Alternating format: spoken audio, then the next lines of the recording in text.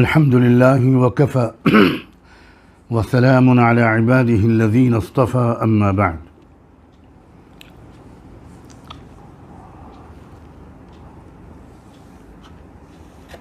सूरह कहफ़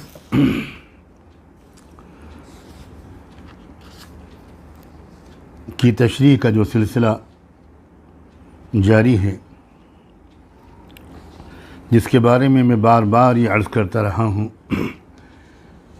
कि इस ज़माने को हम जिस दौर में जी रहे हैं उसको और उसमें पेश आने वाले बड़े अहम वाक़यात की असली हकीकी नौइयत को सूरह कहफ़ को समझे बग़ैर नहीं समझा जा सकता।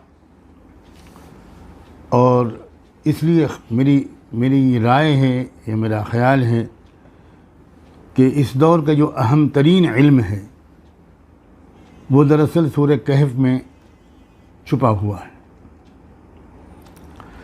और इस दौर के उलमा को, इस्लाम की दावत का काम करने वालों को बहुत ज़्यादा तवज्जो सूरह कहफ़ को समझने पर मरकूज़ करनी चाहिए।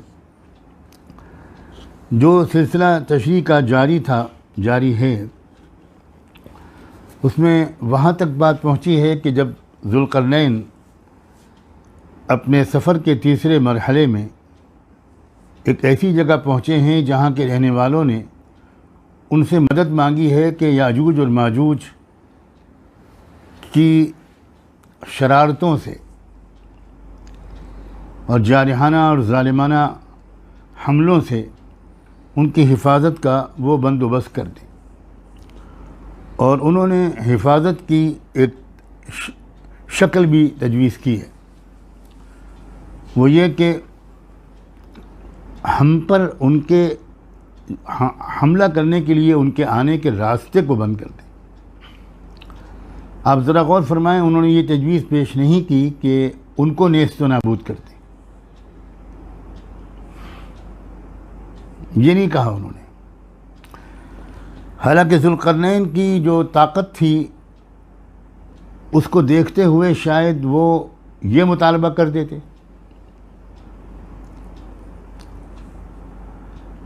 लेकिन उन्होंने ये मुतालबा नहीं किया।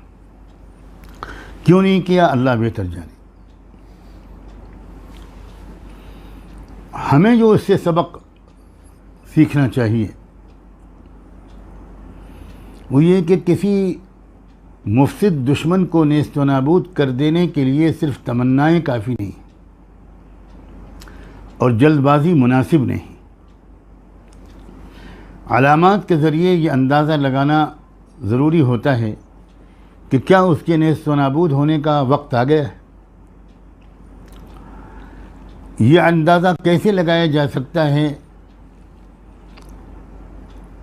इसको क़ब्ल वक्त कमरे में बैठकर बयान करना और कमरों में बैठकर सुनना ये मुनासिब नहीं है। ये तो खेल के मैदान में उतरने वाला खिलाड़ी ही फैसला कर लेता है बर वक्त कि कब गोल की शॉट मारनी चाहिए और कब अपनी टीम के ख़िलाफ़ गोल न हो, इसके लिए दिफाई कोशिशें करनी चाहिए। हज़रत मौलाना सैयद अबुल हसन अली नदवी की ज़बान से निकला हुआ एक जुमला याद आ रहा है। वो कहा करते थे कि दाई लन यकून दाइयन इल्ला इज़ा कान मुल्हमन, यानी दीन का काम करने वाला शख्स कभी भी कामयाब दाई नहीं हो सकता जब तक कि वो मुल्हम न हो, यानी जब तक कि वो उसकी सलाहियत, इस्तेदाद इस हद तक पुख्ता ना हो जाए कि बर वक्त उसकी रहनुमाई हो, बर वक्त उसकी रहनुमाई हो कि किस वक्त इक़दाम करना है, किस वक्त दिफा करना है, किस वक्त क्या तरीक़ेकार और क्या हिकमत अमली इख्तियार करनी है। और ये मैदानी तजुर्बों से इंसान इस मुकाम तक पहुंचता है। ये क्लासरूम के लेक्चर से सुनने वाले तो क्या, लेक्चर देने वाला भी इस मुकाम तक नहीं पहुंच सकता। जो कभी मैदान में उतरा न हो, जिसने मैच खेले न हो, जिसने बरसहा बरस प्रैक्टिस न की हो, वो क्या समझ सकता है खेल के दावपेच को। तो मैं इस वक्त जाहिर है कि इस बात पर रोशनी नहीं डाल सकता कि क्या वजह थी कि उस कौम ने याजूज और माजूज को तबाह कर देने की गुजारिश नहीं की, और न जवाब में जुल्करनैन ने कहा कि ये बांध बनाना और रोकना छोड़ो, मैं तो उनको तबाह कर देता हूँ। ये भी नहीं, उन्होंने भी नहीं कहा, इन्होंने भी मुतालबा नहीं किया था। बहुत समझदारी की बात है ये, और बहुत इससे अख्ज़ किया जाना चाहिए। और इससे ये बात भी जहन में आती है और आ सकती है कि ये जो दूसरा दौर होगा जिसके लिए ये सूरह कहफ में ये वाक़यात को रखा गया है, दज्जाल की आमद से पहले जो हालात होंगे, दज्जाल के बाद के जो हालात होंगे, तो उसमें कौन सी कार्रवाई किस वक्त होगी, कौन सी कार्रवाई किस वक्त होगी, किस कार्रवाई के लिए उम्मत को इंतज़ार करने का हौसला और सलीका सीखना होगा, ये सब इशारात हैं।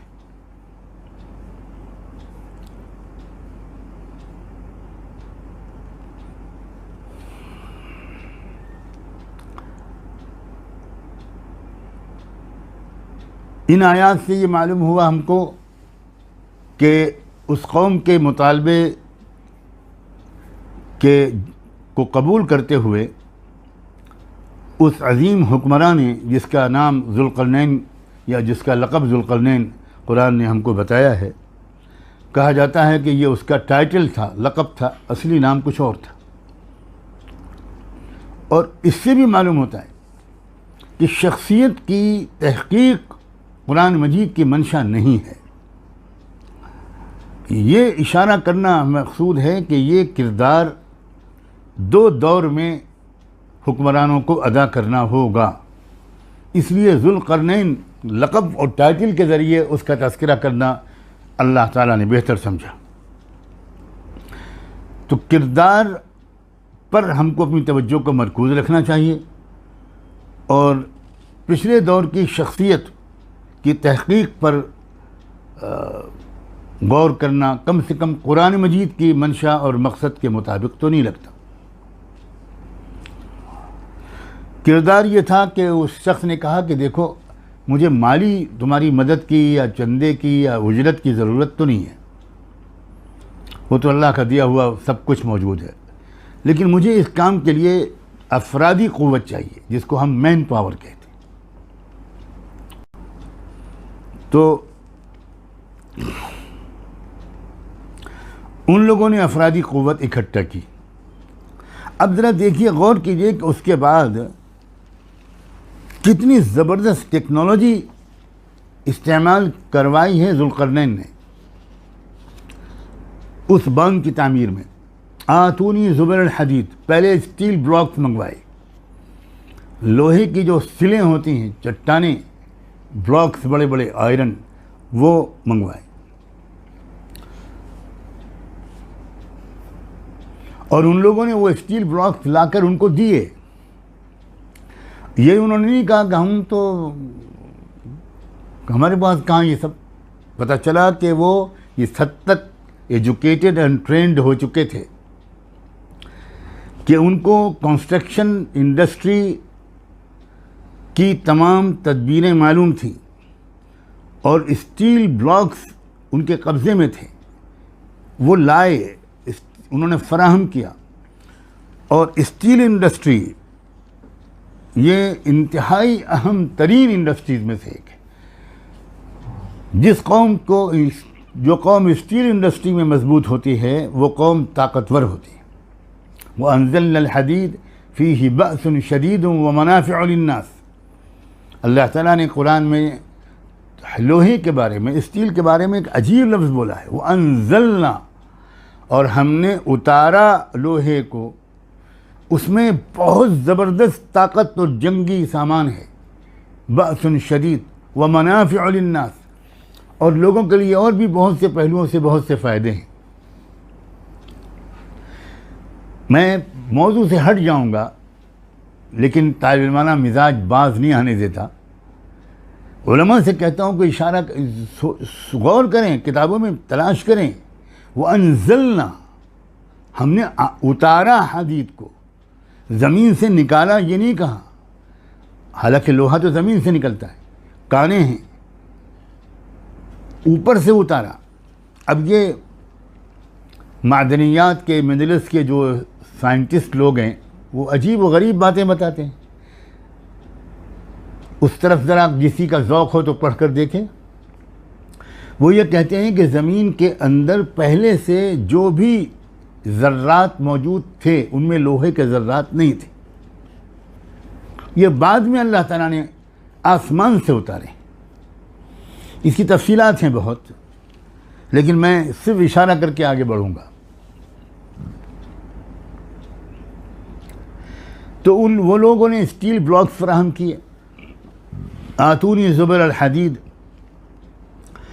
फिर उसके बाद उन्होंने बाकायदा पहाड़ों के सिरों के दरमियान बराबर बराबर फिट कर दिया उन स्टील के ब्लॉक्स को, और उसके बाद ये कहा कि अब ज़रा इस पर आग जलाओ, आग में बिल्कुल सुर्ख कर दो, आग बना दो इन लोहों को, इतना गर्म करो, उनफुखू, हवा दो इसको।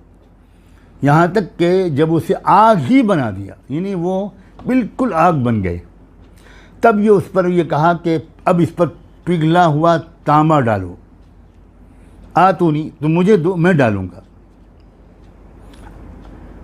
अजीब अजीब गरीब किस्म की ये, यानी उसको मिट्टी से, खारे से, फलां से, गारे से, इन चीज़ों से नहीं जोड़ा गया, बल्कि पिघले हुए तांबे से। अब ये सब इस बात की अलामत है, और ये इस बात की अलामत है कि दौरे सानी में तुमको जो मुकाबला करना है दज्जाली और यजूजी और मजूजी ताकतों से, तो उस वक्त तुमको ईमान और अमल सालेह के साथ इन तमाम टेक्नोलॉजी और उलूम व फ़नून से आरास्ता होना होगा। अब ज़रा गौर तो करें, क्या कुरान ने हमको सिखाया है? क्या कुरान ने हमको ये सिखाया है कि तुम्हें कुछ नहीं करना है, बस हम कर देंगे सब कुछ, तुम्हें सिर्फ दुआ मांगनी है? ये नहीं कहा कुरान। और कुरान ने इसकी भी इजाज़त नहीं देता कि तुमको सिर्फ टेक्नोलॉजी पर यकीन करना है। ईमान और अमल सालेह, तकवा, ये वाज़ की हद तक रखना, इसका अमली तौर पर कोई किरदार नहीं है, माज़अल्लाह, बिल्कुल नहीं। फिर वही तवाज़ुन जो इस्लाम की खुसूसियत है, असबाब भरपूर इख्तियार करो और पूरा भरोसा और उम्मीदें अल्लाह से लगाव रखो, और इस काबिल बनो कि अल्लाह ताला अपनी मदद शामिल हाल कर दें। मैं इस बारे में मज़ीद वजाहत कर दूं ताकि ये बात आपके ज़हनों में बैठे कि इस दौर में हमारा निज़ाम तालीम और निसाब तालीम क्या होना चाहिए। इस दौर में हमारे दीनी सोच रखने वाले नौजवानों को किस तरह अपने आप को तैयार करना चाहिए। प्रोफेशनल तैयारियाँ, इल्म के मुख्तलिफ़ मैदानों के अंदर कौम को तैयार होना ज़रूरी है। ये इस दौर में लाजिमी हो गया, ज़रूर करना होगा। लेकिन ये करना किस नीयत से और किस मकसद से होगा? रोटी कमाने के लिए। यही मुसीबत है कि हमारे जिन लोगों ने सो कॉल्ड नाम नहाद जदीद तालीम, ये जदीद तालीम क्या बकवास है भाई? ये ज़ुल्क़रनैन के ज़माने में भी मौजूद थी ये तालीम। ये तो इतनी कदीम है, ये तो इतनी कदीम है कि वअल्लमा आदम अल-अस्माअ कुल्लहा।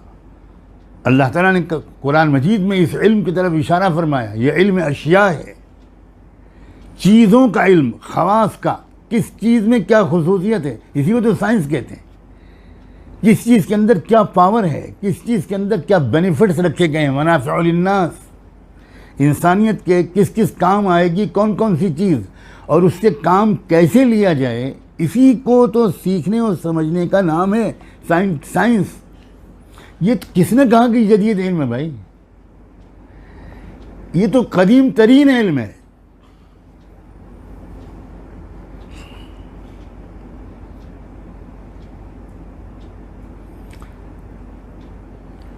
तो इस दौर में जो हमसे गलती हुई है कि जिन लोगों ने इन उलूम की अहमियत को कुछ समझा भी, तो उन्होंने जो नियत की और करवाई और जो मकसद बताया इन उलूम के हासिल करने का, वो था माशी तरक्की, वो खिदमत खल्क नहीं था, वो दुनिया से गुर्बत और जहालत को मिटाना नहीं था, वो दुनिया के इंसानों की मुख्तलिफ ज़रूरियात को पूरा करने की सलाहियत अपने अंदर पैदा करना नहीं था।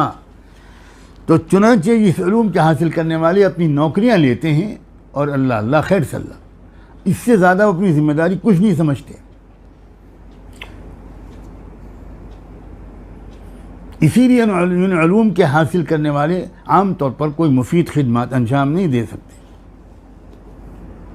लेकिन इन्हीं उलूम के हासिल करने वालों में कुछ लोगों की नीयतें जब दुरुस्त हुईं, तो फिर उन्होंने बहुत मुफीद खिदमत अंजाम दी। तो मैं ये अर्ज़ करना चाह रहा हूँ कि इस दौर में इन उलूम को हासिल करने वाला एक अच्छा तबका हमारे दरमियान अच्छी तादाद में मौजूद होना चाहिए,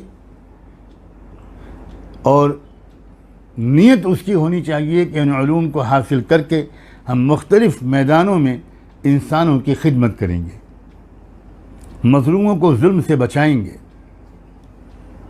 आज अगर कोई न्यूक्लियर टेक्नोलॉजी पढ़ता है, उसका माहिर बनता है, और उसकी नीयत ये होती है कि हम एक डिटरेंट ताकत फराहम करेंगे कमज़ोर और मज़लूम ममालिक को, ताकि उनके ऊपर कोई भेड़िया हमला करने की हिम्मत न कर सके, तो यह आला तरीन दर्जे की इबादत है, आला तरीन दर्जे की इंसानी खिदमत है।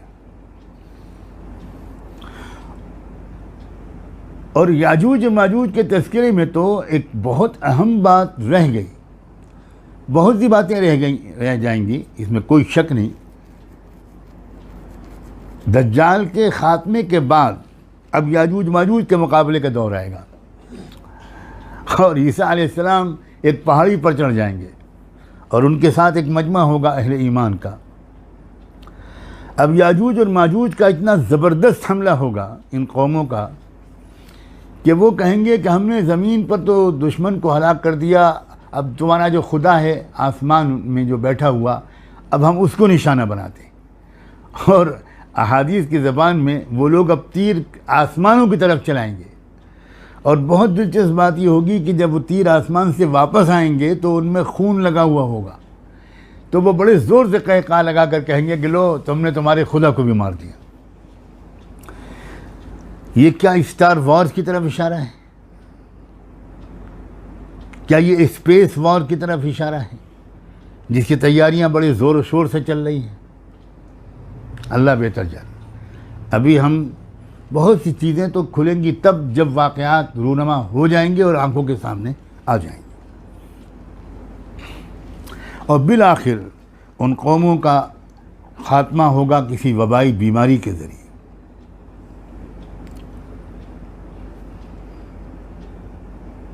ये भी अजीब व गरीब बात है कि ये तज़किरा आज किया जा रहा है वबाई बीमारी के दौर में। तो वबाई बीमारी की हलाकत खेजियों का अंदाज़ा करना आज के पढ़ने और सुनने वालों को के लिए शायद ज़्यादा आसान है।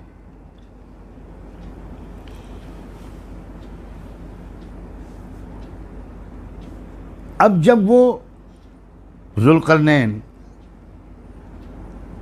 उस मज़लूम कौम की हिफाजत का पूरा इंतज़ाम कर देंगे, और वो डैम, वो बांध, वो रुकावट मजबूत तरीके पर बन के खड़ी हो जाएगी, और इसका कोई इम्कान बाकी नहीं रहेगा कि याजूज माजूज फिर वो फांद कर या उसमें से सुराख करके वो आ सके, तो उस वक्त वो क्या कहेंगे? हादा रहमतुम मिन रब्बी।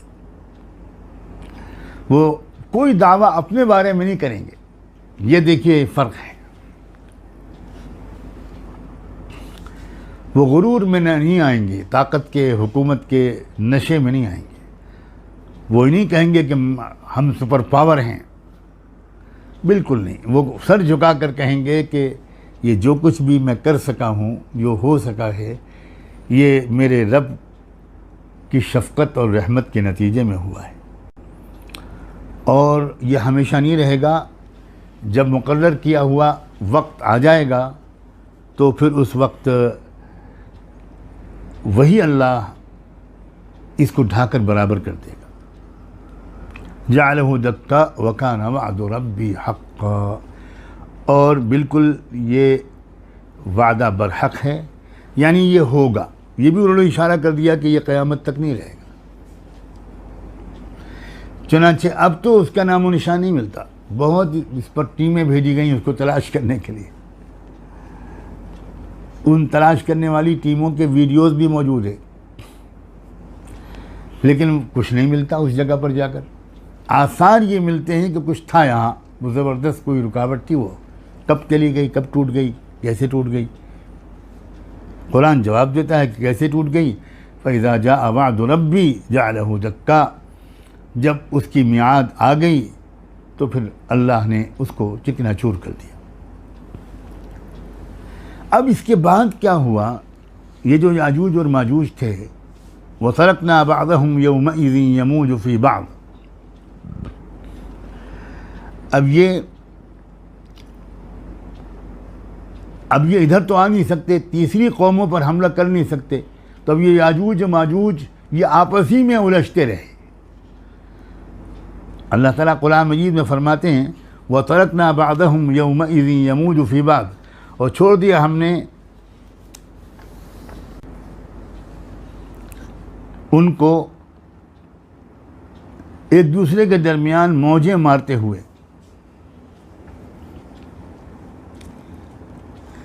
अल्लाह अकबर।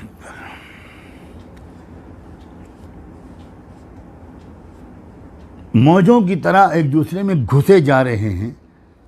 अब आप ज़रा इस तशबीह पर गौर कीजिए, इस मिसाल पर। आप अगर समंदर के किनारे खड़े होकर मौजों को देखें तो एक मौज दूसरी मौज को ढकेल ली, दूसरी उसकी आगे वाली को, उसको उसकी आगे वाली को, तो ये एक दूसरे को पुश भी कर रही हैं और एक दूसरे की बका और ताकत का सबब भी बन रही, एक दूसरे में उलझ रही, घुस रही हैं। यानी ऐसा मालूम होता है कि कोई मुद्दत ऐसी आएगी कि ये दो ताकतें आपस में उलझती भी रहेंगी लेकिन एक दूसरे को फना नहीं करेंगी। इनकी अजीब और भी हिकमत अमली होगी, एक दूसरे से इनकी एक जंग भी जारी रहेगी और उनके बाकी रहने का इंतज़ाम भी करते रहेंगी। कोई ये कोशिश नहीं करेगा कि ये फना हो जाए। हम तो दुनिया में देख रहे हैं, खूब देख रहे हैं कि जो सो कॉल्ड बड़ी बड़ी ताकतें होती हैं वो एक दूसरे को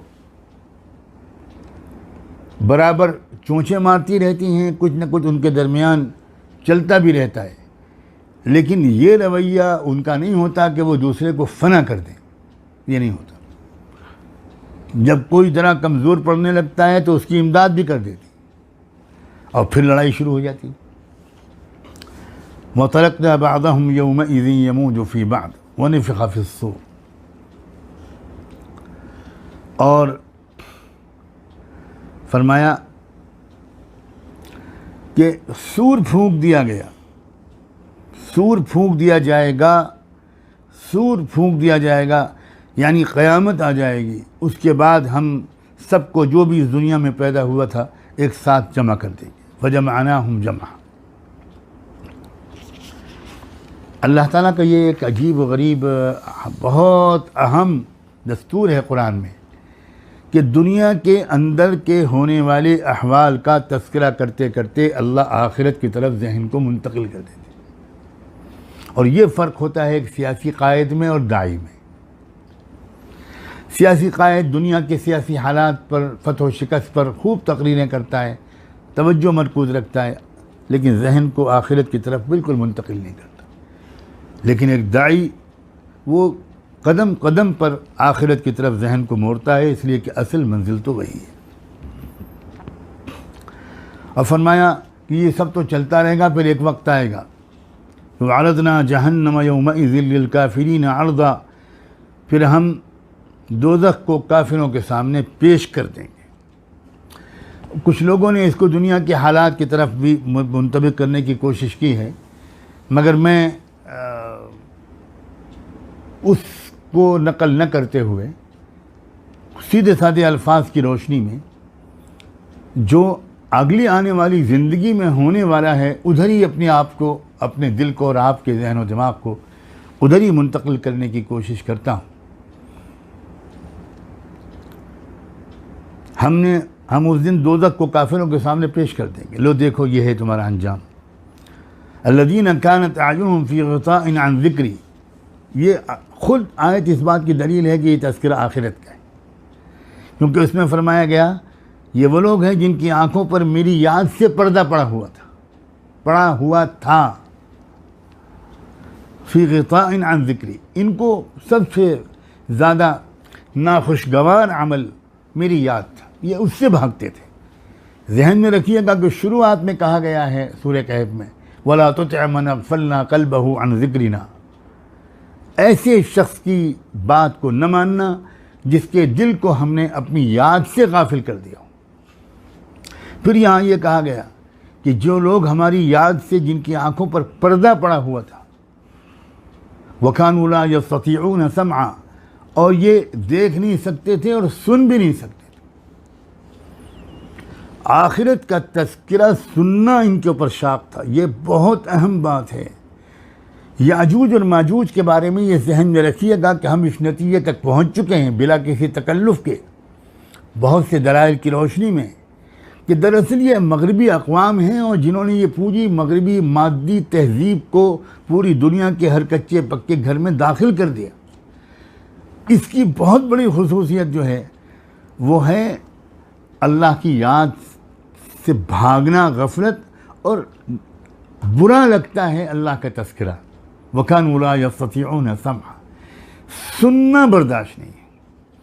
वाकई मैं पहले ज़माने में भी लोग ऐसे यकीनन थे जो मयारी ज़िंदगी नहीं गुजारते थे, मगर वहशत अल्लाह के तज़किरे से, आखिरत के तज़किरे से, अल्लाह की याद से उलझन और घबराहट, चेहरे का अंदाज़ बदल जाना जहाँ आपने आखिरत का तज़किरा छेड़ा, ये ख़ास तौर पर दज्जाली तहज़ीब का, याजूजी और माजूजी यानी मगरिबी तहज़ीब का ख़ासुल ख़ास असर है।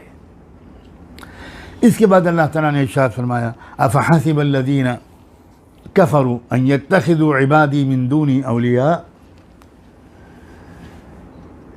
क्या फिर भी इन इनकार करने वालों का और काफिरों का ये ख्याल है कि मुझे छोड़कर मेरे ही दूसरे बंदों को अपना कारसाज और वली बना लेंगे। ये देखिए शिर्क की एक नई किस्म जिसका शुरू में तज़किरा हुआ था, जिसका तज़किरा उन दो इंसानों की दास्तान में हुआ था जो दोनों एक दूसरे के दोस्त थे, लेकिन एक बहुत दौलतमंद था, एक गरीब था। गरीब शख्स जो था वो ईमान व अमल साले वाला था और ये दौलत के नशे में सब कुछ झुटलाने लगा था। तो वहाँ भी कहा गया था कि शिर्क की एक मॉडर्न किस्म, एक जदीद किस्म है। ये बुत परस्ती वाला शिर्क नहीं है, ये असबाब परस्ती, ज़र परस्ती, माल परस्ती, ज़ाहिर परस्ती, मादा परस्ती वाला शिर्क है, जो इस दौर का सबसे बड़ा बुत है। तो उसी की तरफ यहाँ पर इशारा किया गया कि ये लोग जो मेरी ज़ात को झुटलाते हैं, ये समझते हैं कि मेरे मुकाबले में दूसरी ताकतों को अपना मददगार बनाकर ये मेरी पकड़ से बच जाएंगे। इन्ना अतदना जहन्नम लिलकाफिरीन नुज़ुला, हमने दोज़ख को इन काफिरों की मेज़बानी के लिए तैयार कर रखा है। कुल हल नुनब्बिउकुम बिल अख़सरीन अअमाला, ए रसूल आप एक सवाल खड़ा कीजिए, हल नुनब्बिउकुम बिल अख़सरीन अअमाला, क्या हम तुमको बताएं कि दुनियावी ज़िंदगी में, क्या हम तुमको बताएं कि वो कौन लोग हैं जो सबसे ज़्यादा अपनी कोशिशों के सिलसिले में नाकाम रहेंगे? कौन लोग हैं वो जो बहुत भरपूर मेहनत करेंगे और आखिर में नतीजा नाकामी सिवा उनको कुछ भी नहीं मिलेगा। कौन लोग हैं वो? अल्लज़ीना ज़ल्ल सअयुहुम फ़िल हयातिद दुनिया व हुम यहसबून अन्नहुम युहसिनून सुनआ। ये वो लोग होंगे कि जिनकी सारी कोशिश दुनिया ही की ज़िंदगी में सर्फ होकर रह गई। फिर एक बार याद कीजिए कि यही तो इस दौर की जो दज्जाली तहज़ीब है, जो शुरू से सूरह कहफ में बताया जा रहा है, यही तो ये वही लोग हैं। और आज के ज़माने में आप देखिए कि अखलाक़ी रूहानी क़दरों पर मेहनत करना, कि इंसान इस पर भी बहुत भरपूर मेहनत करे कि वो एक अच्छा इंसान बने, इस तरफ तवज्जो कहाँ है? बैंक बैलेंस बढ़े, नया मकान, नई कोठी, नए मॉडल की कार, नए मॉडल का मोबाइल, एक कार है तो 2 कारें हो जाएं, और ये हो जाए और वो हो जाए, सारी तगो-दो दौड़ धूप बस सिर्फ इस दुनियावी ज़िंदगी के मेयार को बुलंद करने के लिए। ये इस दौर की दज्जाली तहज़ीब की ख़ास पहचान है। उसी की तरफ कुरान मजीद इशारा कर रहा है। और वहुम यहसबून अन्नहुम युहसिनून सुनआ, और ये वो लोग हैं कि वो ये समझते रहे कि हम बहुत ही अच्छे काम कर रहे हैं। हम हैं असल में दानिश्वर लोग, हम बहुत बेहतरीन हमारी कारकर्दगी है, हम ही लोग तो हैं समझदार। ये बेचारे मुल्ला लोग, ये तो दुनियावी दौड़ धूप में पीछे रहने वाले लोग हैं, ये जानते ही नहीं कुछ कि दुनिया में कैसे रहा जाता है। उलाइका अल्लज़ीना कफ़रू बिआयाति रब्बिहिम व लिक़ाइही फ़हबितत अमालुहुम। यही लोग हैं जिन्होंने अपने परवरदिगार की आयतों यानी आसमानी किताबों का और उनके सामने पेश होने वाले यानी आखिरत का इनकार किया। व लिक़ाइही फ़हबितत अमालुहुम, लिहाजा हुआ क्या इनकार का नतीजा कि उनके सारे अमाल गारत हो गए, उनकी सारी तगोदो बेकार चली गई, बेकार चली गई। हबितत फला नुक़ीमु लहुम यौमल क़ियामति वज़ना, और हम उनको क़यामत के दिन ज़रा भी उनकी कीमत नहीं लगाएंगे, ज़रा भी उनका वज़न नहीं लगाएंगे, बेवज़न बेहैसियत होंगे वो लोग। यही तो चीज़ है, जब तक इंसान को आखिरत पर यकीन नहीं होगा वो दज्जाली तहज़ीब से बच नहीं पाएगा। बड़ी चकाचौंध है, आँखों को खीरा कर देती है ये तहज़ीब। लेकिन जिसके सामने आखिरत होगी वो धोखे में नहीं आएगा। वो कहेगा थोड़े दिन की बात है, देख लेना हम में तुम में कौन कामयाब होगा। तो आखिरत का बार बार तज़किरा किए बग़ैर दज्जाली तहज़ीब के ज़माने में इंसान दज्जाली तहज़ीब से बच नहीं सकता। बार बार आखिरत को याद करते रहना, एक दूसरे को याद दिलाते रहना, ये ज़रूरी होगा।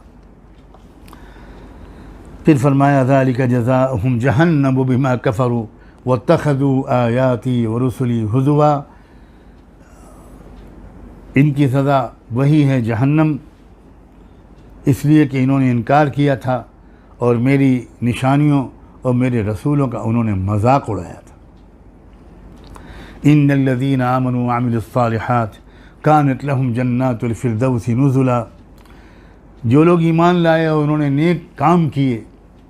अब ये पूरे मज़मून को आखिर में समेटा जा रहा है। ये सूरह कहफ का खुलासा कहिए, पैगाम कहिए। शुरू में भी बिल्कुल यही बात कही गई थी, लियुनज़िरा बअसन शदीदन मिन लदुन्हु व युबश्शिरल मुअमिनीना अल्लज़ीना यअमलूना अस्सालिहात अन्न लहुम अजरन हसना। इसलिए कि सूरह कहफ असल में यही बताने आई है कि इस दौर में भी असल कामयाबी ईमान और अमल सालेह में। इस पर तवज्जो को नंबर 1 पर रखो, तुम्हारी 1 नंबर की तवज्जो इस पर होनी चाहिए। इसी मज़मून पर सूरत को मुकम्मल किया गया। और मुझे ये लगता है कि ये जो कहीं किसी जगह अल्लाह के रसूल ने फरमाया कि सूरह कहफ की शुरू की 10 आयत जो हर जुमे को पढ़ लेगा, और कहीं फरमाया जो सूरह कहफ की आखिरी आयत को हर जुमे में पढ़ लेगा, ये इशारात हैं हुजूर के। अव्वल और आखिर दोनों जगह मौजू एक ही है, ईमान और अमल सालेह। तो पता ही चला कि दज्जाली फितने से हिफाजत के लिए ईमान और अमल सालेह की मेहनत करना, इसको तरजीह में नंबर 1 का दर्जा देना, इस पर ख़ास तवज्जो मरकूज़ करना, इसी से तुम दज्जाल के फितने से बच पाओगे। और वाकई हम देख रहे हैं, सच बात है कि इस दौर में बड़े से बड़ा काबिल इंसान दज्जाल के फितने में गले गले डूबा हुआ नज़र आता है। और वो अल्लाह के बंदे जिन्होंने ईमान और अमल साले को सचमुच मैं तिबारा कह रहा हूँ, सचमुच ये वाकई अपनी शख्सियत को, सीरत व किरदार को ईमान और अमल साले के सांचे में ढालने की कोशिश की, वो महफूज नज़र आते हैं दज्जाल के नित नए फितनों से। फरमाया इन्नल्लज़ीना आमनू व अमिलुस्सालिहात कानत लहुम जन्नातुल फिरदौस नुज़ुला, इनाम आखिरत में मिलेगा, असल इनाम आखिरत में मिलेगा।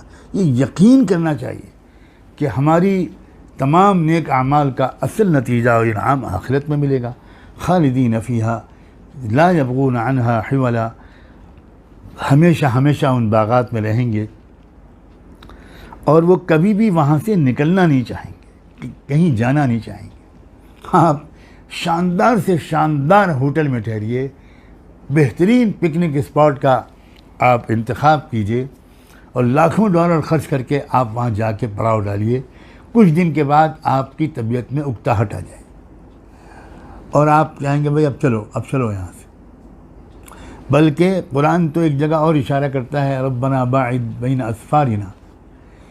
एक कौम थी, कौम सबा, शानदार मेयार ज़िंदगी अल्लाह ने उनके लिए उनके इलाके में दे दिया था।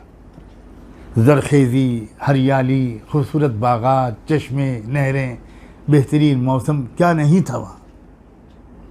और वो सफ़र करते चले जाते थे और कहीं पर उनको कोई परेशानी नहीं हो, हर जगह बेहतरीन इंतज़ामात। तो उल्टी उन्होंने दुआ मांगनी शुरू की कि अल्लाह हमारे सफ़र के फासले कुछ बढ़ा दीजिए। आप देखिए, अगर आज यूरोप को देखिए, जो खुशहाल ममालिक हैं, जहाँ कभी बिजली नहीं जाती, वो लाइट ऑफ करके कैंडल लाइट में खाना खाते हैं, शानदार डिनर देते हैं अंधेरे में, उनको मज़ा आ रहा है अंधेरे में। उनसे कहना चाहिए कि आ जाओ हमारे मुल्क में, इंशाअल्लाह तुमको फ्री में अंधेरा मिलेगा। फिर इतना तुम उकता जाओगे कि तुम फिर रोशनी की कदर करोगे। उनको धूप में नंगे बैठे रहने में बड़ा मज़ा आता है, उनको धूप मिलती नहीं। अजीब अजीब एडवेंचर करते हैं, अजीब अजीब तमाशे करते हैं, ख़तरनाक किस्म की कुश्तियाँ, ये सब क्या है? ये बहुत आरामदेह ज़िंदगी मुसलसल मिलती है तो इंसान की तबीयत तकलीफ़ की दुआ मांगने लगती है। लेकिन ये जन्नत में नहीं होगा, ला यबगून अन्हा हिवला, ये नहीं होगा। उतना मज़ा दुनिया में कभी कहीं नहीं आ सकता। लेकिन एक लम्हे के लिए इंसान को ख्वाहिश नहीं होगी कि भाई ज़रा थोड़े दिन के लिए ज़रा धूप में तो जाएं, गर्मी तो आए कुछ, ये नहीं होगा। किस कदर इंसानी नफ्सियात पर नज़र है, और उसकी नज़र नहीं होगी जिसने खुद नफ्सियात बनाई है, उससे ज़्यादा किसी की नज़र होगी। फरमाया कुल लौ कानल बहरु मिदादन लिकलिमाति रब्बी लनफिदल बहरु क़ब्ल अन तनफद कलिमातु। अल्लाहु अकबर, इससे बेहतर ख़ात्मा इस सूरत का हो सकता था? अल्लाह इरशाद फरमाते हैं, मेरे नबी और रसूल अब ज़रा साफ साफ कह दो, अगर मेरे रब की बातें लिखने के लिए पूरे समंदर रोशनाई बन जाएं,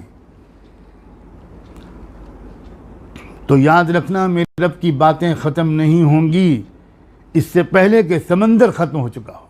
लनफिदल बहरु क़ब्ल अन तनफद कलिमातु वलौ जिअना बिमिस्लिही मददा, चाहे हम एक समंदर की मदद के लिए दूसरे कितने ही समंदर ले आएँ, रोशनाई बनाते चले जाएं, लेकिन अल्लाह की जो कलिमात हैं, अल्लाह की बातें, अल्लाह की निशानियाँ, अल्लाह के अवामिर, अल्लाह की शान, अल्लाह की सिफ़ात, मुख्तलिफ़ अंदाज से लोगों ने कलिमात रब्बी का तर्जुमा किया है, तफसीर की है। मैं सबको समेट रहा हूँ इसमें।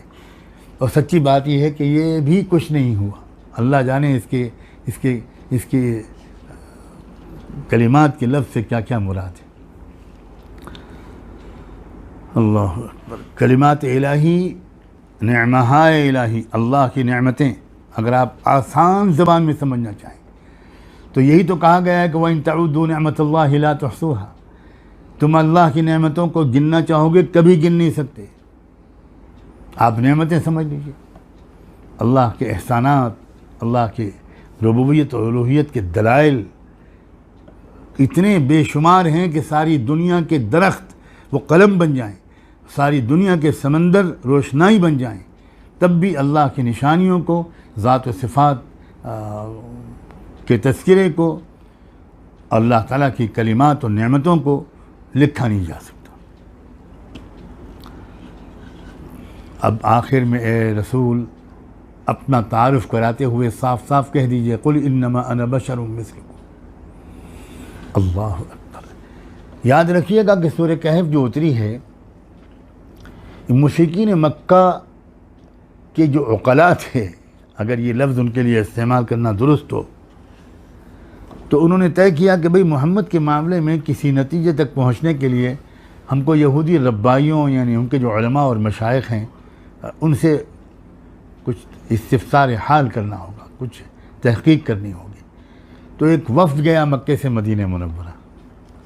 अब ये भी एक अजब कहानी है कि मदीने में यहूदी आकर क्यों बसे थे, कब बसे थे।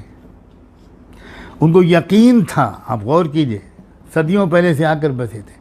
उनको यकीन था कि हमारी किताब में जिस नबी बरहक का तज़किरा है तो वो किस शहर में आएगा, कहाँ होगा, कहाँ हम उसको देख सकते हैं करीब से, वो उन्होंने अलामतों से, अपनी किताबों में ज़िक्र की गई अलामतों से उसकी शनाख्त मदीने के तौर पर की थी। और वो आकर मदीने में बस गए थे। और मदीने में उनके बड़े बड़े इल्मी मराकिज़ थे, बड़ी इल्मी शख्सियतें थी उनकी। उनके पास ये काफ़िला आया और उनसे पूछा, तो उन्होंने कहा देखो हम तुमको 3 सवाल बताते हैं, वो 3 सवाल जाकर तुम मोहम्मद से करो। ये वो सवाल हैं कि उनका जवाब सिर्फ़ एक नबी बरहक ही बता सकता है। अगर उन तीनों के सही सही जवाब उन्होंने दे दिए तो इसका मतलब ये है कि वो नबी बरहक हैं, उनको तस्लीम करना ही होगा। और अगर वो ये सवाल का जवाब न दे सके तो इसका मतलब है झूठे नबी हैं। तो उन सवालों में से एक था young main of the cave, वो जो नौजवान थे पनाहगाह वाले, तहखाने और गार वाले, उनके बारे में पूछना।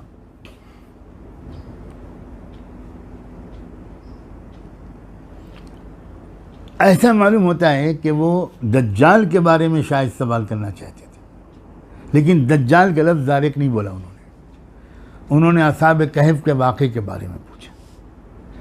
इसीलिए देखें, असहाब कहफ के वाक़े के बयान से पहले गालिबन इसीलिए अल्लाह ने यहूदियों का सवाल जिक्र नहीं किया।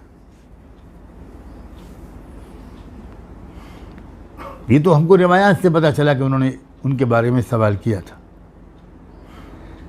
लेकिन सूरत उतारी उन्हीं नौजवानों के नाम से, असहाब कहफ के नाम से सूरत उतारी। और उस सूरत में बड़ी तफसील से उन गार वालों का, तहखाने वालों का तज़किरा फरमाया। और रसूलुल्लाह सल्लल्लाहु अलैहि वसल्लम ने उसको दज्जाल के जो कनेक्शन था इस सूरत का, वो भी वाज़ेह फरमा दिया।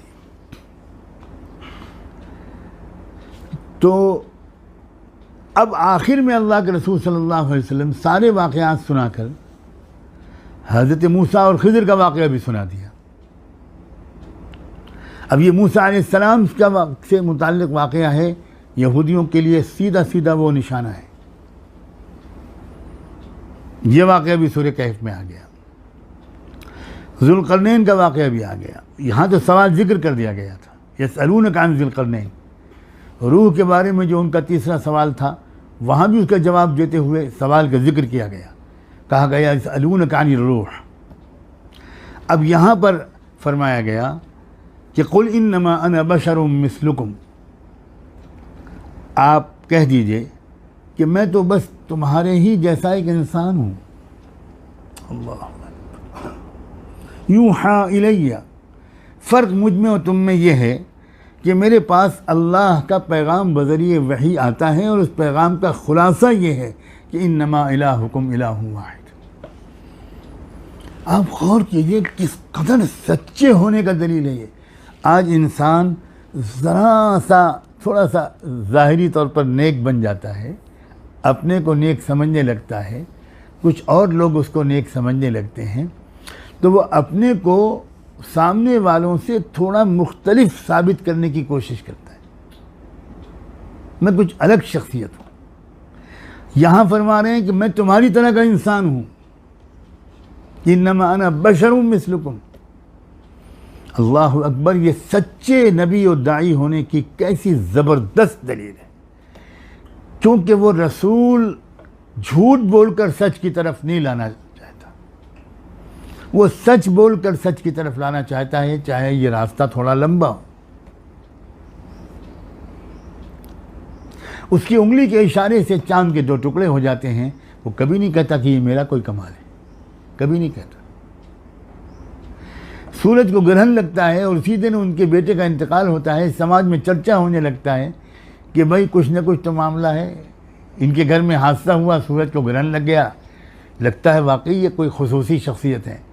अल्लाह के रसूल सल्लल्लाहु अलैहि वसल्लम लोगों को जमा करके फ़ौरन गलतफहमी दूर करते हैं, कहते मेरे घर के किसी हादसे का सूरज के ग्रहण से कोई ताल्लुक़ नहीं है।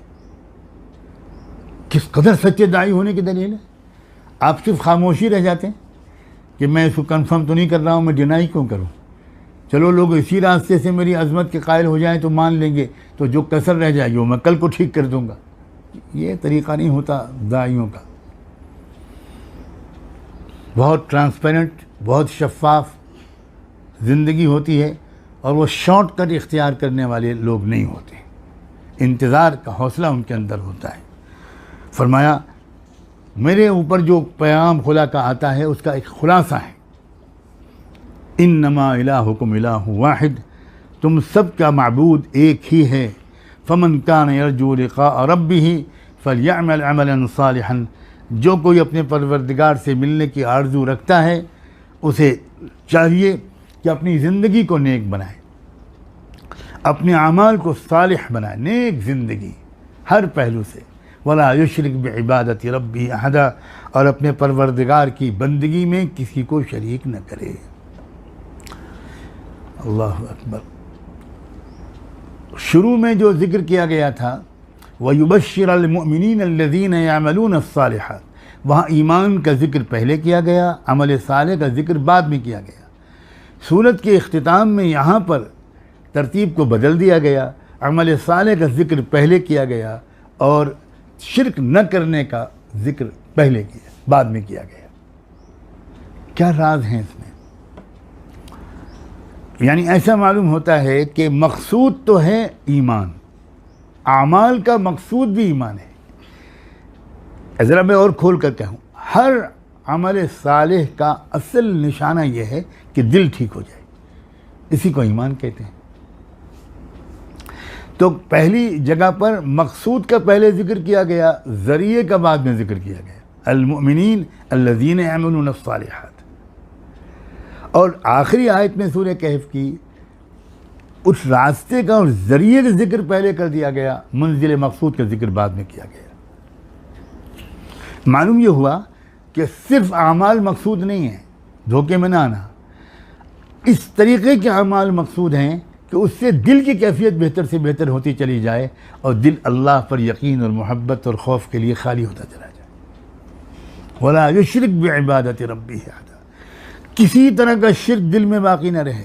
और शिर्क की जो मुख्तलिफ़ किस्में बयान की गई हैं सूरह कहफ में, उनको याद रखिएगा। और फितने दज्जाल के दौर में किस किस किस्म के शिर्क में जाने अनजाने में इंसान मुब्तला हो सकता है, उस पर उसको भी ज़रा जहन में मलहूज़ रखिएगा। हो सकता है कि इंसान आमाल कर रहा हो और साथ साथ मुशरिक भी हो सकता है उसका यकीन असबाब पर, चीज़ों पर, माल पर, दुनिया पर, ओहदे पर, इन चीज़ों पर बना हुआ हो और वह गैरुल्लाह से मुतासिर होता हो और अल्लाह गैरुल्लाह का तासुर उसके दिल से निकला ना हो। तो ये इसका मतलब ये हुआ कि आमाल का असल मकसूद उसको हासिल नहीं हो पाया। अभी और आगे चलो, अभी इसके इम्तिहान और भी हैं। तो दिल की कैफियत पर नज़र रखना, दिल की कैफियत को ठीक बनाना, हर किस्म के कुफ्र और शिर्क से दिल को खाली करना फितने दज्जाल की हिफाजत का लाजमी सबब है। फितने दज्जाल से, दज्जाली तहजीब मैं बयान कर चुका हूँ, वो दज्जाल हो या मगरिबी या याजूज और माजूज हो, घूम फिर कर पिछले चंद 100 साल से जो ताकत दुनिया के अंदर जिसने कमांड संभाली है, हमारे अपने ज़वाल के बाद, और हमारा अपना ज़वाल दरअसल हमारी अपनी गलतियों और ख़ामियों और कमियों की वजह से हुआ। उसके बाद जो कमांड एंड कंट्रोल, दुनिया की लीडरशिप जिस ताकत के हाथ में आई, तारीख़ साबित करती है कि वो दरअसल फितने दज्जाल था और याजूज और माजूज नामी कौमें वो दुनिया की तकदीर का फ़ैसला करने की पोजीशन में आ गईं और दुनिया भर पर उनका राज हो गया। लेकिन मैं अब आपसे ये इख्तिताम में अर्ज़ करता हूँ कि अब जो दौर है बड़ी जल्दी ये सब अपने क्लाइमेक्स को पहुँचने वाला है। ये जो दौर है इस वक्त, जो हमारा और आपका दौर है इस वक्त, ये तैयारी का दौर है, ये वक्फ़े तरबियत है। हज़रत मोहम्मद उमर साहब पालनपुरी के अल्फाज में ये वक्फ़े तरबियत है। एक वक्फ़े तरबियत होता है और एक वक्फ़े नुसरत होता है, ये जहन में रखिएगा।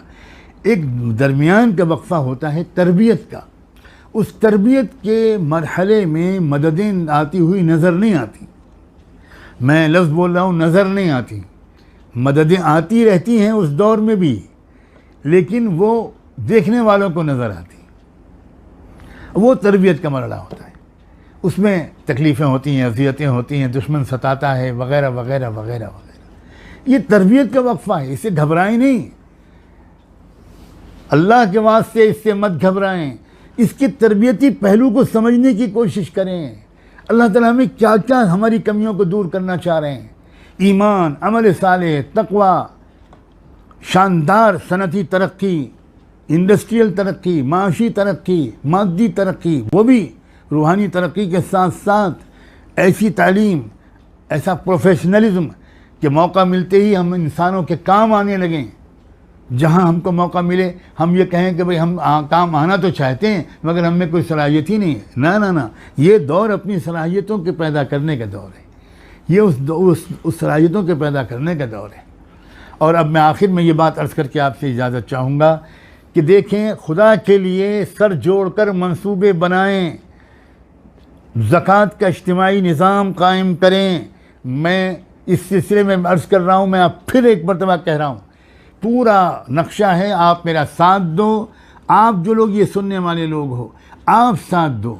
उसमें दो किस्म के लोगों की भी मुझे ज़रूरत है। उलमा नंबर एक तो उलमा की ज़रूरत है, और उलमा को भी इंशाअल्लाह उनकी वर्कशॉप्स की जाएंगी ताकि इज्तिमाई ज़कात के नज़म को उनको समझाया जा सके, उनको प्रैक्टिकली कुछ दिखाया और सिखाया भी जाएगा। दूसरे, इसमें बहुत ज़बरदस्त ज़रूरत है सोशल वर्क वालों की। हमारे यहाँ तो कोर्सेज़ कराए जाते हैं ना, BSW, MSW। तो इसका फ़ायदा ये होता है इन कोर्सेज़ का कि मौजूदा हालात में सोशल वर्क के जो कानूनी पहलू हैं वो उनसे भी इंसान को वाक़फ़ियत हो जाती है। तो और भी इसके फ़ायदे होते हैं। तो ऐसे कुछ नौजवानों की ज़रूरत है जो सोशल वर्क, जिन्होंने में डिग्री हासिल की हो और अगर कुछ तजर्बा हो तो और अच्छा है। और तीसरे, फाइनेंस और अकाउंट्स के कुछ लोगों की ज़रूरत है। और हर इलाके के अंदर, पूरे मुल्क के अंदर एक निज़ाम के मातहत ऐसा ज़कात का इज्तिमाई निज़ाम जो खालिसतन शरीयत के मुताबिक हो। मुझे ये इशारा कर देना चाहिए कि ज़कात के निज़ाम इज्तिमाई तौर पर कुछ हज़रात जो चला रहे हैं वो मेरी जानकारी के मुताबिक सब नहीं, उनमें से कुछ ऐसे भी हैं जो शरीयत के ज़ाब्तों की पाबंदी नहीं कर रहे हैं। ये जहन में रखिएगा, वो शरीयत के ज़ाब्तों की पाबंदी नहीं कर रहे हैं। इसी वजह से उनकी जमातों के दफ्तर तो मजबूत से मजबूत होते चले जा रहे हैं, लेकिन कौम की गुर्बत और जहालत तो दूर नहीं हो रही। मज़लूमों की मदद नहीं हो पा रही, बेवाओं, यतीमों, मिस्कीनों की मदद नहीं हो पा रही। अपने पैरों पर कौम को खड़ा नहीं किया जा पा रहा, एम्पावर नहीं किया जा रहा कौम को। तो एक बहुत बड़ा मंसूबा उसमें अल्लाह के वास्ते मैं पुकार कर कहता हूँ आपसे कि आप इस कमज़ोर इंसान की मदद कीजिए। कुरान मजीद के बयान किए हुए तरीक़े के मुताबिक ज़कात का इज्तिमाई निज़ाम कायम हो और बहुत ईमानदारी और जानतदारी के साथ कौम की तरक्की पर जो मकसूद है, कौम की तरक्की पर और मुखालिफाना साजिशों से हिफाजत की तदबीरों पर, मेरे इशारे को समझिएगा, ज़कात इस्तेमाल हो और बहुत खूबसूरत तवाज़ुन के साथ ज़कात इस्तेमाल हो। हमारे दीनी मदारिस में पढ़ने वाले मुस्तहिक़ तलबा ज़कात का यकीनन वो भी ये बहुत अहम मसरफ़ हैं, लेकिन वही तन्हा मसरफ़ हो ज़कात का, ये कहने की हिम्मत कोई समझदार तालिब इल्म नहीं कर सकता। वो भी मसरफ़ हैं, वो ही मसरफ़ नहीं है।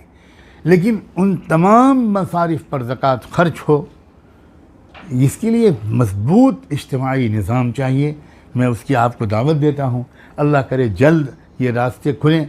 फिर मैं चाहूँगा कि मुलाकातें हों, बाकायदा ये काम इज्तिमाई तौर पर जो पहले से जारी है, बाज़ इलाक़ों में अच्छा हो गया है, उसकी जड़ों को मजबूत किया जाए और उसके फ़ायदे को पूरे मुल्क में फैलाने की कोशिश की जाए।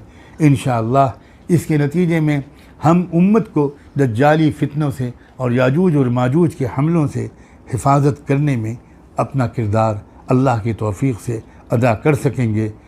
व आखिरु दावाना अनिल हम्दुलिल्लाहि रब्बिल आलमीन। सुब्हानल्लाहि बिहम्दिही सुब्हानकल्लाहुम्मा बिहम्दिक नशहदु अल्ला इलाहा इल्ला अंता नस्तगफिरुका व नतूबु इलैक नस्तगफिरुका व नतूबु इलैक। अल्लाहुम्मा सल्लि अला सय्यिदिना मुहम्मद व अला आलि सय्यिदिना मुहम्मद व बारिक व सल्लिम। अल्लाहुम्मा सल्लि अला सय्यिदिना मुहम्मद सलातन तुंजीना बिहा मिन जमीइल अहवालि वल आफात व तक़दी लना बिहा जमीअल हाजात व तुतहिरुना बिहा मिन जमीइस सय्यिआत व तुबल्लिगुना बिहा अक़सल गायात व तरफ़अुना बिहा अअला दरजात मिन जमीइल खैरात फ़िल हयात व बअदल ममात। इन्नका अला कुल्लि शैइन क़दीर, इन्नका अला कुल्लि शैइन क़दीर। रब्बना ज़लमना अनफुसना व इल्लम तग़फिर लना व तरहमना लनकूनन्न मिनल खासिरीन फला तजअलना मिनल खासिरीन। रब्बना आतिना फ़िद दुनिया हसनह व फ़िल आखिरति हसनह व क़िना अज़ाबन नार या अज़ीज़ या गफ़्फ़ार। ए अल्लाह, हम आपके बंदे बंदियाँ आपके हुजूर में हाज़िर हैं। ए अल्लाह, कुरान की मुज़ाकरे के बाद, तफ़सीर के दर्स के बाद हमने एक बार फिर आपकी खिदमत में आपके हुजूर अपने दामन फैला दिए। ए अल्लाह, आप वो ज़ात हैं जिससे जितना मांगा जाए वो खुश होता है। ए अल्लाह, हम फिर आ गए। ए अल्लाह, अपना दामन फैलाए फिर आ गए। ए रब, कुरान के उलूम से हमारे दिलों को मुनव्वर फरमा। ए अल्लाह, कुरान के उलूम से हमारे दिलों को मुनव्वर फरमा। ए अल्लाह, हमारी ज़िंदगी की बहार बना दीजिए कुरान को। ए अल्लाह, हमारे हज़रत जो कुछ हमको समझाना चाहते हैं सूरह कहफ़ के वास्ते से, ए अल्लाह, सूरह कहफ़ के अंदर बयान किए गए मज़ामीन के वास्ते से, उसके हवाले से जो कुछ हमको समझाना चाहते हैं, जो लो हमारे अंदर जगा देना चाहते हैं, जिस तरह हमारे मुर्दा दिल ए अल्लाह मुरझा गए हैं। ए अल्लाह, हमारे दिल सो गए हैं, हम मुर्दा हो गए हैं। ए अल्लाह, वो जिस तरह ए अल्लाह एक जोत जगाना चाहते हैं हमारे सीनों में, ए अल्लाह हमें कुरान के उलूम से अपने मुर्दा दिलों को ज़िंदा करने की तौफ़ीक़ अता फ़रमा। ए अल्लाह, सिर्फ़ मालूमात के लिए, सिर्फ़ जानकारी के लिए हमें इन दरसों में न बैठने दीजिए। ए अल्लाह, हमारी किस्मत में इन दरसों के उलूम फ़नून के साथ ए अल्लाह इनकी रूहानी बरक़ात और अमली जो इसके नतीजे निकलेंगे इंशाअल्लाह उसके लिए हमें कबूल फ़रमा लीजिए। ए अल्लाह, कबूल फ़रमा लीजिए अपने इस बंदे को जिसने सख्त बीमारी और कमज़ोरी के बीच में ए अल्लाह सख्त मेहनत करके हमारे लिए ए अल्लाह बहुत कुछ ए अल्लाह राहें खोली हैं। ए अल्लाह, दिमागी दरीचे खोले हैं। ए अल्लाह, जहन को वुसअतें अता की हैं। ए अल्लाह, अपने इस बंदे को जज़ाए खैर अता फ़रमा। ए अल्लाह, इनको खुसूसी तौर पर जज़ाए खैर अता फ़रमा। ए अल्लाह, इनकी इज़्ज़त में, ए अल्लाह, इनकी बरकत में, ए अल्लाह तमाम चीज़ों में तरक्की अता फ़रमा, इल्म में बरकत अता फ़रमा, इज़्ज़त में बरकत अता फ़रमा। ए अल्लाह, सेहत व सलामती में बरकत अता फ़रमा। ए अल्लाह, इज़्ज़त व जाह में ए अल्लाह बरकत अता फ़रमा। मेरे अल्लाह, रोज़ी में बरकत अता फ़रमा, ज़िंदगी में बरकत अता फ़रमा। ए अल्लाह, सवारी में, मकान में, उलूम में ए अल्लाह बरकत अता फ़रमा। ए अल्लाह, और हमें भी ए अल्लाह अपनी हज़रत की और दीगर तमाम तमाम अकाबरीन की, उलमाए रब्बानियीन की, मुहसिनीन की, उम्मत के कायदीन की कदर करने की तौफ़ीक़ अता फ़रमा। ए अल्लाह, ए अल्लाह, ए अल्लाह, ए अल्लाह मान जाइए। ए अल्लाह हमारे गुनाहों को बख्श दीजिए। ए अल्लाह हमारी गर्दनों को ए अल्लाह जहन्नम से आज़ाद कर दीजिए। हमारा नाम जहन्नम वालों की फ़हरिस्त से निकाल दीजिए। ए अल्लाह निकाल दीजिए। आज हम ए अल्लाह आपसे तमाम गुनाहों के सिलसिले में तौबा करते हैं। ए अल्लाह वो गुनाह जो हमें याद हैं हम उनसे भी तौबा करते हैं। ए अल्लाह वो गुनाह जो हम करके भूल बैठे, ए अल्लाह उनसे भी हम माफ़ी मांगते हैं। ए अल्लाह दिन के उजाले में किए, सबके सामने जो गुनाह किए उन्हें भी माफ़ फरमा। ए अल्लाह रात के अंधेरे में जो हमने गुनाह किए, ए अल्लाह हम ए अल्लाह खिड़की दरवाज़े बंद कर देते हैं। ए अल्लाह लाइट बंद कर देते हैं, कमरे बंद कर देते हैं, पर्दा लगा देते हैं, हर तरह की आड़ कर देते हैं जहाँ से कोई भी मखलूक देख ना सके, लेकिन हम वो रोशनदान की तरफ हमारा ध्यान नहीं जाता जिससे खालिक देख रहा होता है। ए अल्लाह और हम इत्मीनान से गुनाह कर रहे होते हैं। मेरे मालिक, हम हर किस्म के गुनाह से आज माफ़ी मांगते हैं।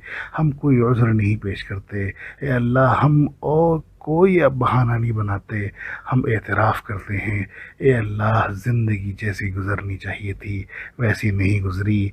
मेरे अल्लाह जितने मौक़े आपने दिए अगर हमने सही इस्तेमाल किए होते, ए अल्लाह हमने वक्त का सही इस्तेमाल किया होता, पैसों का सही इस्तेमाल किया होता, सेहत का सही इस्तेमाल किया होता, ए अल्लाह और भी दीगर नेमतों का सही इस्तेमाल किया होता तो हमारा हाल बहुत बेहतर होता। लेकिन हम महसूस करते हैं हमने बहुत नाक़दरी की, चीज़ों को गलत इस्तेमाल किया, वक्त को खूब बर्बाद किया। ए अल्लाह सेहत की भी नाक़दरी की, ए अल्लाह और हम अपने आप को बर्बाद कर बैठे। ज़ुलमना ज़ुल्मन कसीरा, ए अल्लाह हमने अपने आप पर खूब जुल्म किया। ए अल्लाह, ए अल्लाह अब माफ़ी मांग रहे हैं। अब ए अल्लाह एहसास हो रहा है, ए अल्लाह माफ़ कर दीजिए, ए अल्लाह माफ़ कर दीजिए, ए अल्लाह अब माफ़ कर दीजिए। ए अल्लाह हाथ थाम लीजिए, ए अल्लाह हाथ थाम लीजिए, ए अल्लाह हाथ थाम लीजिए। ए अल्लाह दस्तगीरी फरमा दीजिए, ए अल्लाह दस्तगीरी फरमा दीजिए। ए अल्लाह अपनी खुसूसी रहम करम वाला मामला फरमा दीजिए। ए अल्लाह अपना खुसूसी रहम करम वाला मामला फरमा दीजिए। ए अल्लाह, ए अल्लाह, ए अल्लाह इन मुहाज़रात में, इन बयानात में, इन दर्स तफ़सीर में ए अल्लाह जो भी ए अल्लाह शामिल हुए, ये शामिल होने की ख्वाहिश रखते थे नहीं शामिल हो पाए, और दीगर तमाम हज़रात को ए अल्लाह इन तमाम दुआओं में शामिल फरमा दीजिए। ए अल्लाह बहुत से लोग दुआओं की दरख्वास्त के मैसेजेस भेजते हैं, फ़ोन करते हैं, ए अल्लाह ईमेल करते हैं। ए अल्लाह बहुत से लोग लिखना चाहते हैं, तमन्नाएँ हैं लेकिन लिख नहीं पाते। ए अल्लाह आप सबके दिलों के राज जानते हैं, सबके दिलों की आरज़ू को जानते हैं, सबके नाम जानते हैं, सबके पते जानते हैं। ए अल्लाह सबके दिलों की मुराद पूरी कर दीजिए। ए अल्लाह जो लोग औलाद के सिलसिले में परेशान हैं उन्हें नेकोकार सही सालिम औलाद अता फरमा दीजिए। जो औलाद की नाफरमानी से परेशान हैं उनकी औलाद को फरमा बरदार और नेक बना दीजिए। ए अल्लाह जो कारोबार के सिलसिले में परेशान हैं या किसी किस्म के फ़ाइनेंशियल प्रॉब्लम से परेशान हैं, ए अल्लाह उनके मसले भी हल कर दीजिए। गैब से ए अल्लाह मसाइल को हल करने का इंतज़ाम फरमा दीजिए। ए अल्लाह जो रोज़ी के सिलसिले में परेशान हैं, ए अल्लाह किसी ने अगर कोई कर्ज़ के सिलसिले में परेशान है, किसी से कर्ज़ ले लिया था, ए अल्लाह अदायगी के सिलसिले में परेशान है, ए अल्लाह गैब से कर्ज़ की अदायगी की सहूलत अता फरमा। ए अल्लाह कोई बीमार है, किसी का रिश्तेदार बीमार है, किसी का भाई, किसी की बहन, किसी की वालिदा, किसी का कोई भी रिश्तेदार, दोस्त, करीबी रिश्तेदार, ए अल्लाह या दूर का रिश्तेदार या किसी का उस्ताद या किसी का कोई भी मुताल्लिक़ ए अल्लाह बीमार है, मेरे रब ए अल्लाह शिफ़ा के फ़ैसले फ़रमा दीजिए। ए अल्लाह शिफ़ा के फ़ैसले फ़रमा दीजिए। ए अल्लाह अपनी कुदरत दिखाकर ऐसे शिफ़ा अता फ़रमा दीजिए कि दुनिया हैरान हो जाए।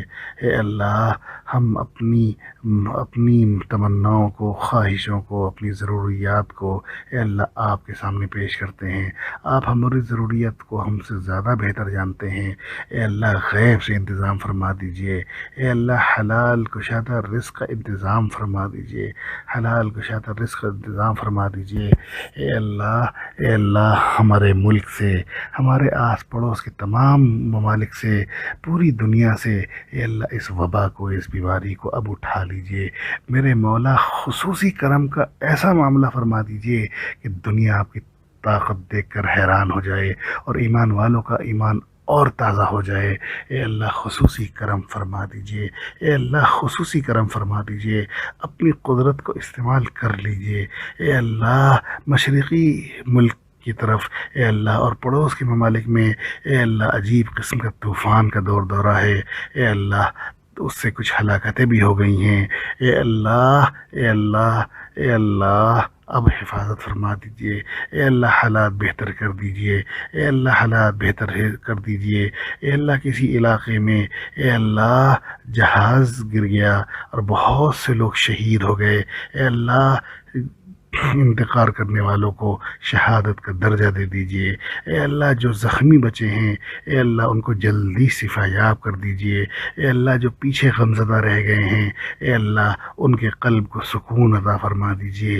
ए अल्लाह, जो भी ए अल्लाह परेशान हैं, जो ज़ख्मी हो गए हैं ए अल्लाह उनको जल्द मुकम्मल शिफा अता फ़रमा दीजिए। ए अल्लाह, रोज़ेदारों पर यह अचानक हादसा हुआ। ए अल्लाह, ए अल्लाह, रहम करम का खुसूसी मामला फरमा दीजिए।